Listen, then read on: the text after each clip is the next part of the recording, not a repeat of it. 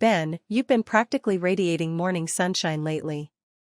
It's almost unsettling for someone who used to communicate primarily in grunts before noon. What's your secret elixir? Did you discover a magical morning smoothie?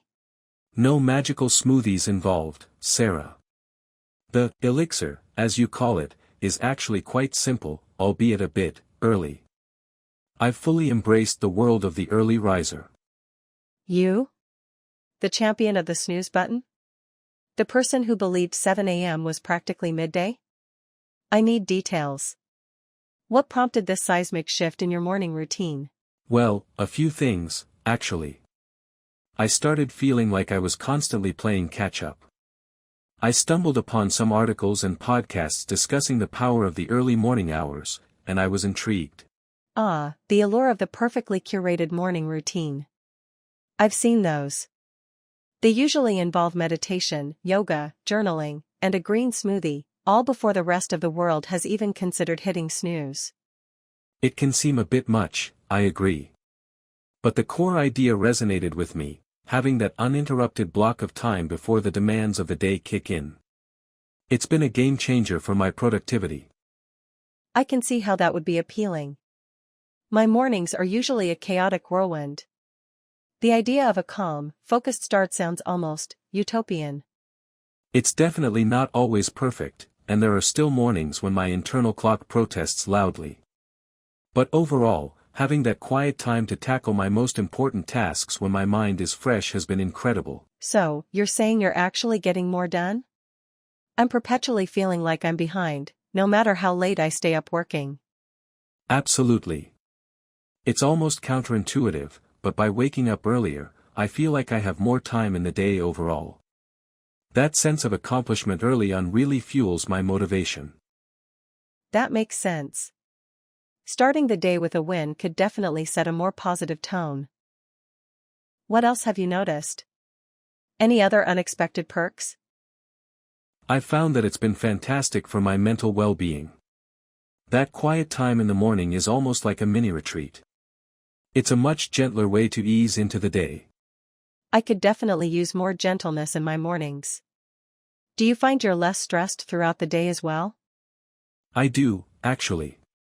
Because I've already addressed some of my key tasks and taken some time for myself, I feel more in control and less reactive to unexpected challenges. What about the social aspect? Do you find yourself missing out on late-night activities now that you're an early riser? That was one of my initial concerns. But I've found a balance. I still enjoy evenings, but I'm more mindful of when I need to wind down. And mornings offer their own magic: sunrise, silence, calm.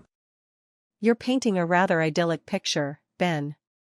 But let's be real, the first few days, or even weeks, must have been brutal. How did you actually make the switch? It wasn't easy, I won't lie. I was intentional about it. I started small, setting my alarm just 15 to 20 minutes earlier each day. That gradual shift made it less of a shock. That sounds more manageable than trying to suddenly wake up hours earlier. Did you have a specific goal in mind?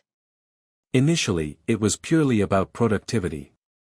But as I experienced the other benefits, the improved focus, the reduced stress, those became powerful motivators. So, it's not just about ticking off tasks? There's a more intrinsic reward as well? Absolutely. It's about investing in yourself. That early morning time is yours. It sets a positive foundation for the rest of your day. You mentioned exercise. Are you now one of those people who cheerfully bounds out of bed and goes for a run before the sun is even fully up? Cheerfully bounding might be an exaggeration. But yes, I've started light exercise in the mornings. It wakes me up and gives me energy that lasts all day. Okay, Mr. Morning Motivation, you're really making me rethink my lifelong commitment to hitting snooze. But what about weekends?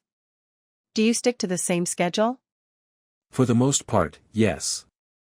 Maybe an hour later, but I try to maintain a consistent wake-up time. It helps with rhythm and makes Mondays less painful. That's a good point. My weekends often fly by. Having more waking hours could be nice. It really can be. You have more time for hobbies, people, or just relaxing without feeling like you're wasting the day. So, what advice would you give to someone like me, a dedicated night owl? How do I even begin? Be gentle with yourself and start small. Just 15 to 20 minutes earlier for a week. Once that feels normal, shift again.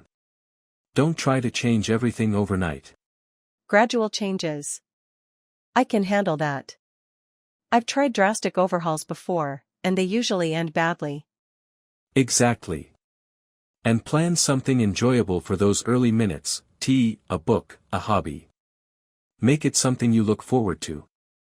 That's a good point.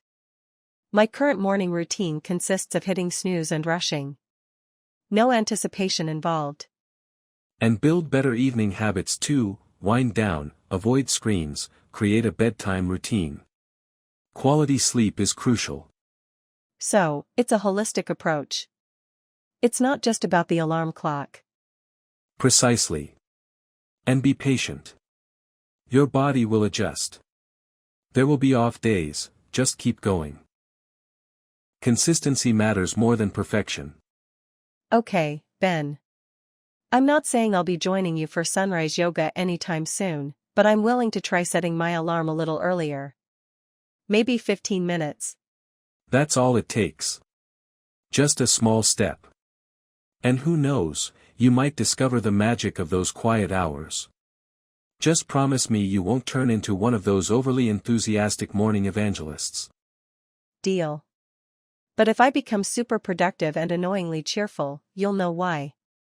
I'll take that risk. Welcome to the brighter side of the day. Just don't forget to set an actual alarm, especially with those blackout curtains you love. Noted. Thanks for sharing your transformation, Ben. It's surprisingly inspiring. My pleasure, Sarah. Now, if you'll excuse me, I'm going to go enjoy this extra hour of focused work before the world wakes up.